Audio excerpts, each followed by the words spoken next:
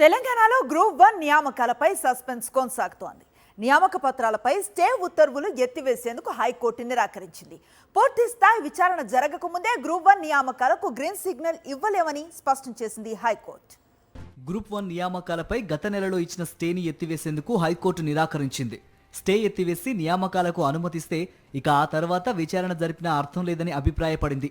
ఎంపికైన వారు ఎంపిక కాని వారిని దృష్టిలో పెట్టుకుని క్షుణ్ణంగా విచారణ చేపడతామని స్పష్టం చేసింది హైకోర్టు. సమగ్ర విచారణ చేపట్టకుండా, వాదనలు పూర్తిగా వినకుండా ఎలాంటి ఆదేశాలు ఇవ్వలేమని చెప్పింది. గ్రూప్ 1 మెయిన్స్ మూల్యాంకనంలో అవకతవకలు జరిగాయంటూ దాఖలైన పిటిషన్లలో విచారణను హైకోర్టు జూన్ 11కు వాయిదా వేసింది.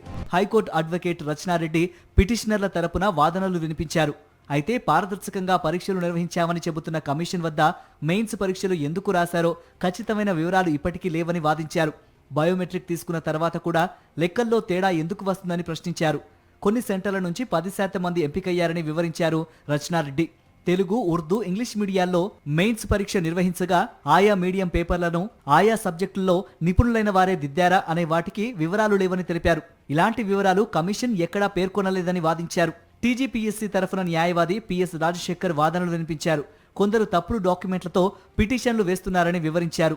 ఇలా వేసిన కొందరు పిటిషనర్లకు ఇదే హైకోర్టులోని మరో బెంచ్ జరిమానా కూడా విధించిందని గుర్తు చేశారు. ఓ పిటిషనర్కు 60 మార్కులు తగ్గాయని పిటిషనర్ న్యాయవాది చెబుతున్నారు. అది తప్పుడు డాక్యుమెంట్ అన్నారు. కొందరు పిటిషనర్లు వకాలతుపై సంతకమే పెట్టలేదన్నారు. తప్పుడు సంతకాలతో పిటిషన్లు వేస్తున్నారని, నియామకాలపై ఇచ్చిన స్టేని ఎత్తివేయాలని హైకోర్టును కోరారు. రాజశేఖర్ వాదనలు విన్న ధర్మాసనం తదుపరి విచారణను వాయిదా వేసింది. అయితే ఇలా వాదనలు వినిపిస్తూ పోతే వాదనలకు అంతు ఉండదన్నారు హైకోర్టు న్యాయమూర్తి. వాదనలు సంక్షిప్తంగా వినిపించాలని సూచించారు. రీకౌంటింగ్ లో మార్కులు తగ్గాయని పిటిషనర్లు పేర్కొంటున్న సమాధాన పత్రాలు సహా ఇతర వివరాలను సీల్డ్ కవర్లో ఇవ్వాలని టీజీపీఎస్సీకి సూచించారు. నకిలీ పత్రాలు, తప్పుడు డాక్యుమెంట్లు సమర్పిస్తే కఠిన చర్యలు తీసుకుంటామని ఇరుపక్షాలను హెచ్చరించారు.